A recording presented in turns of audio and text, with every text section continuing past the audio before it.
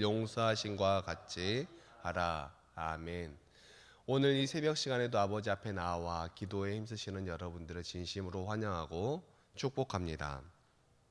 오늘 말씀의 제목은 새 사람의 삶이라는 제목입니다. 에베소서 기자는 새로운 사람의 모습으로 나아간 우리 그리스도인들이 어떠한 삶을 살아가야 하는지에 대해서 언급하고 있습니다. 오늘 말씀의 첫 부분에 말이라는 것에 대해서 이야기하고 있죠. 말이라는 것은 우리가 다른 이들과 관계를 맺는 가장 기본적인 소통의 수단이기 때문에 먼저 언급하고 있는 것 같습니다. 25절과 29절 말씀입니다. 그런즉 거짓을 버리고 각각 그 이웃과 더불어 참된 것을 말하라. 이는 우리가 서로 지체가 됨이라. 무릇 더러운 말은 너희 입 밖에도 내지 말고 오직 덕을 세우는 데 소용되는 대로 선한 말을 하여 듣는 자들에게 은혜를 끼치게 하라. 아멘. 미국의 한 대학 연구팀이 20명의 사람들에게 소형 마이크를 부착하고 그들이 하루 종일 한 말들을 모니터링한 후에 통계를 내어본 결과 사람은 하루 평균 200번의 거짓말을 한다고 합니다. 200번의 거짓말을 한다고요. 물론 여기에는 악의적인 거짓말뿐이 아니라 보통 선한 거짓말 있지 않습니까? 선의의 거짓말이라고 하기도 하고 그냥 별 의미 없는 그러한 말도 많이 포함이 되어 있습니다. 그리고 친교를 위해 하는 거짓말도 포함됩니다. 인사치레로 하는 처음에 만나면 그런 인사하지 않습니까? 안녕하세요, 식사하셨어요? 뭐 이런 이야기 하잖아요. 그런데 그 식사하셨어요는 어떻게 보면 우리나라가 힘들었을 때 그런 문화가 반영된 그런 인사이기도 하지요. 그런데 식사하셨어요 하면은 밥 안 먹었어도 보통 뭐라고 말합니까? 네, 식사했습니다. 뭐 그렇게 말하죠. 근데 그게 거짓말이라고 하기에는 좀 그렇지만 사실은 아니잖아요. 그런데 우리는 그런 것 보통 생각을 안 하고 말할 때가 많이 있죠. 얼굴색이 좋아 보인다거나 뭐 옷이 잘 어울린다거나 살이 빠진 것 같다, 뭐 잘생겨 보인다, 뭐 그런 말 등도 보통 여기에 해당합니다. 그렇다면 사람들은 왜 이런 거짓말을 할까요? 물론 보통 사람들은 다른 사람과 이렇게 즐겁고 원만한 관계를 유지하기 위해서 이런 말들을 하곤 합니다. 물론 이런 말을 다 거짓말이라고 표현해서 좀 그렇지만 이런 말들을 통해서 다른 사람과 원활한 관계를 이루기 위해서 이런 말들을 하지요. 그리고 때로는 무시당하지 않으려고 거짓말을 할 때도 있습니다. 그리고 다른 사람들보다 조금 돋보이기 위해서 거짓말을 할 때도 있고 또는 인정받고 싶어서 거짓말을 할 때도 있습니다.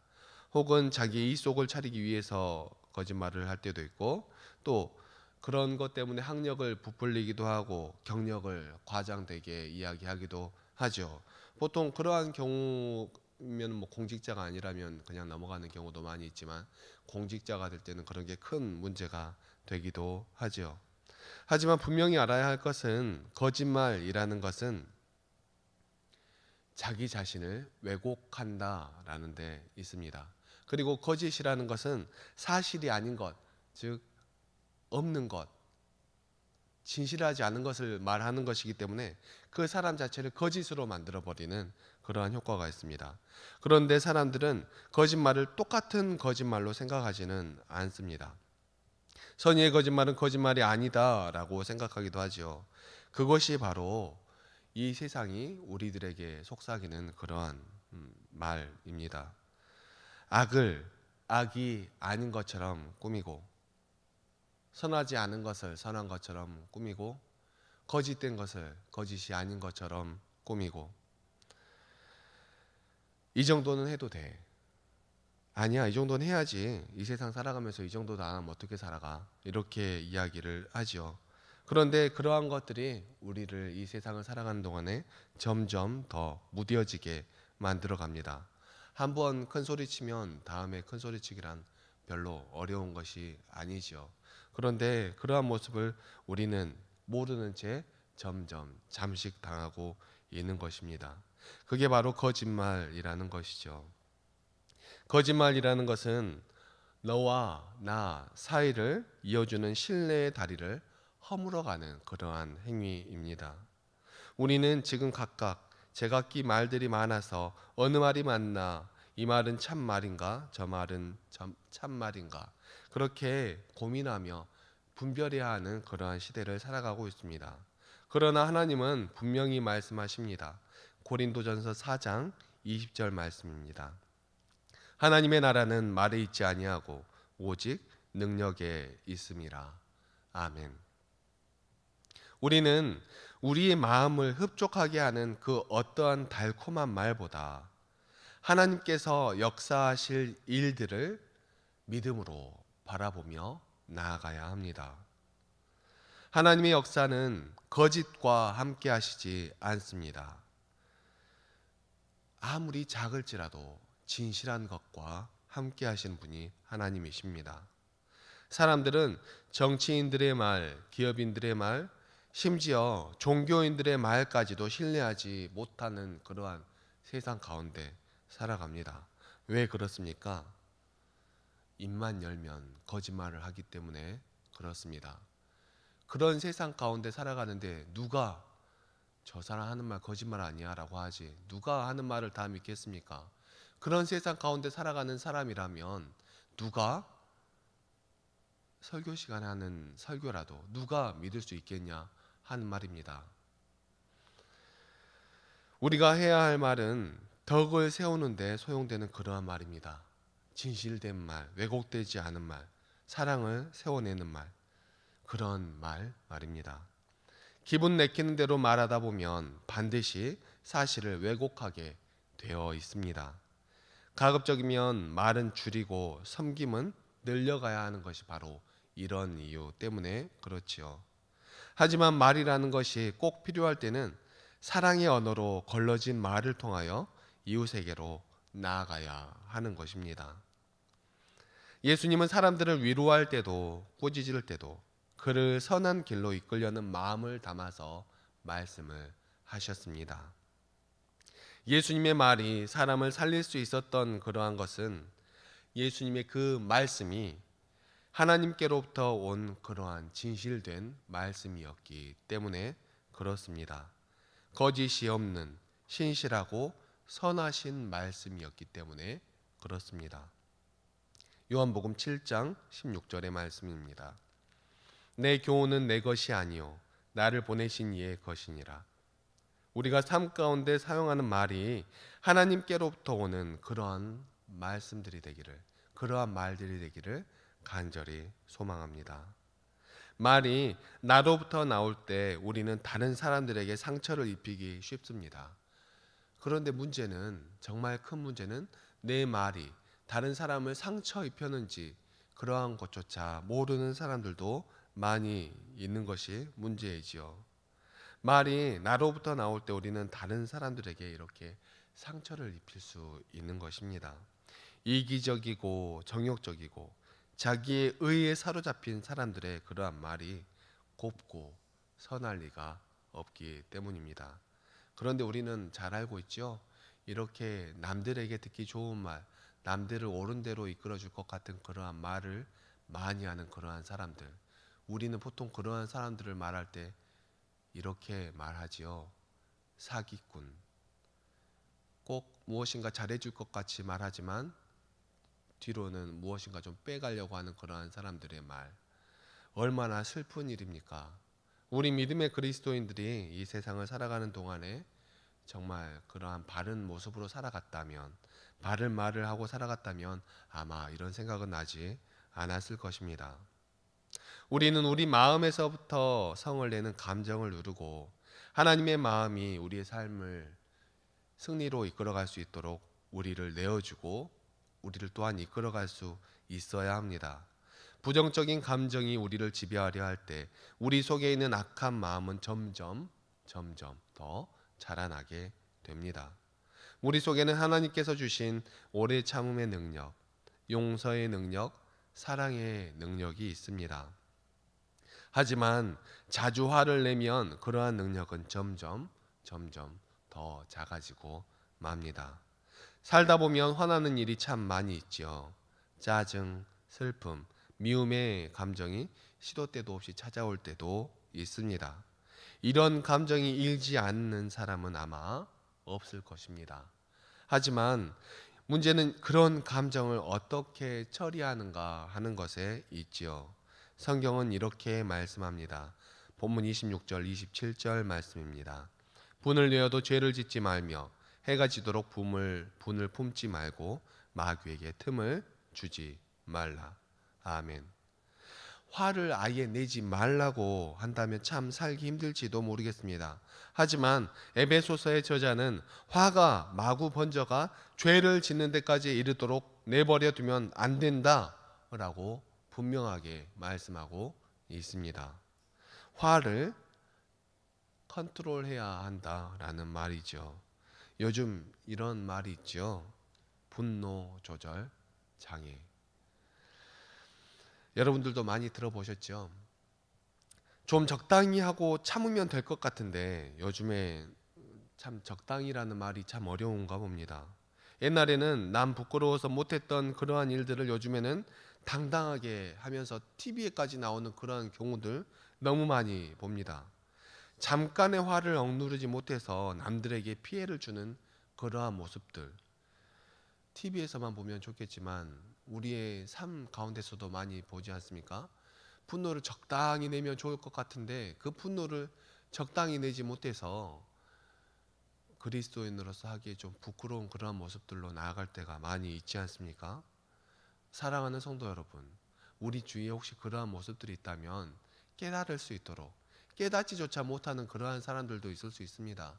깨달을 수 있도록 그 잘못된 길이라고, 옳지 않은 모습이라고 그렇게 깨우치며 나아갈 수 있는 우리 믿음의 식구들이 되기를 소망합니다.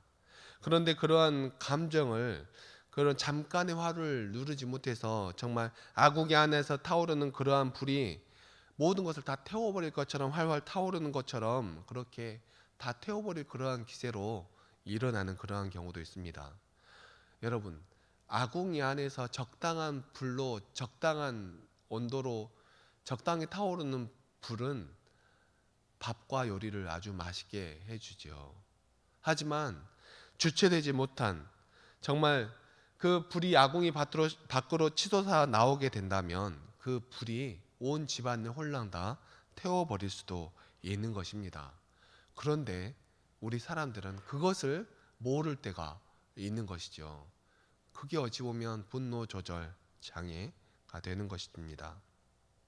그리고 또 해가 지도록 품고 있는 노여움은 결국 자기와 다른 사람들의 마음을 시커먼 잿더미로 만들고 맙니다. 사단마귀가 제일 좋아하는 순간은 우리 마음에 누군가에게 대한 적개심이나 분노의 감정이 자라고 있을 때입니다. 그러면 분을 품지 않기 위해서는 어떻게 해야 합니까? 그 첫 번째 방법은 있는 마음 그대로를 가지고 하나님 앞으로 나아가야 합니다. 그리고 우리 하나님 아버지께 솔직히 그 마음을 아뢰어야 하는 것이지요. 그리고 기다려야 합니다. 하나님께서 우리에게 길을 보여주실 것입니다. 본을 품는다는 것은 하나님과 대면하기를 거절하는 그러한 불신앙인 것입니다. 본을 품지 않는 그러한 두 번째 방법은 우리 속에 공감의 능력을 키우는 것입니다. 사람은 누구나 한정적이고 연약합니다. 그리고 때로는 무지하기도 합니다. 그 연약함을 긍휼한 마음으로 바라본다면 그 마음 안에, 긍휼의 마음에 일어나는 순간 그런 화를 대하는 마음은 연민의 마음, 정말 불쌍한 마음으로 바뀌어질 수 있을 것입니다. 그리고 상대방 속에, 우리의 마음 속에 일어나던 그러한 화도 봄, 눈 녹듯이 그렇게 사라지게 될 수 있을 것입니다. 본문 31절, 32절 말씀입니다. 너희는 모든 악독과 노함과 분냄과 떠드는 것과 비방하는 것을 모든 악의와 함께 버리고 서로 친절하게 하며 불쌍히 여기며 서로 용서하기를 하나님이 그리스도 안에서 너희를 용서하신 것 같이 하라. 아멘. 사랑하는 성도 여러분, 이 말씀이 너무나 힘든 말씀이라는 것을 너무나 잘 알고 있습니다. 하지만 그럼에도 불구하고 우리가 나아가야 할 길은 또한 분명히 알고 있죠. 정말 어떻게 사람이 저럴까 하는 그러한 사람을 볼 때도 있습니다. 하지만 우리가 그러한 사람도 하나님께서 정말 사랑하신 우리의 믿음의 그리스도인이라는 것을 고백하며 그 사람에게도 사랑의 마음을 품어. 그러면 안 돼요. 잘못된 길이에요. 그 길에서 나와야 해요. 라고 깨우쳐 줄 수 있는 우리 믿음의 식구들이 다 되어야 할 것입니다. 그 불을 주체하지 못하게 그냥 둔다면 그 불이 언제 아궁이 밖으로 나올지 모릅니다. 그렇게 나오면 어떻게 되겠습니까? 집을 홀랑 태우는 것이죠. 우리는 그때까지 바라보면 안 됩니다. 그 불이 터져 나오기 이전에 그 불을 조절해야 하며 조절할 수 있게 해 주어야 하는 것이죠. 우리 모두 용서할 줄 아는 그러한 사람이 되었으면 좋겠습니다. 용서하기 위해서는 자꾸만 상대방의 입장을 생각하며 또 상대방을 존중하며 또 이해하려는 그러한 습관을 길러야 합니다. 우리는 그것을 역지사지라고 하지요. 상대방의 자리에서 서 보아야 한다는 그러한 말입니다. 성도는 화나 악의를 품고 사는 그러한 사람이 아니라 우리 마음속에 맺혀져 있는 것을 풀어내고 상대방의 삶의 자리에 스스로 찾아가는 그러한 사람들입니다.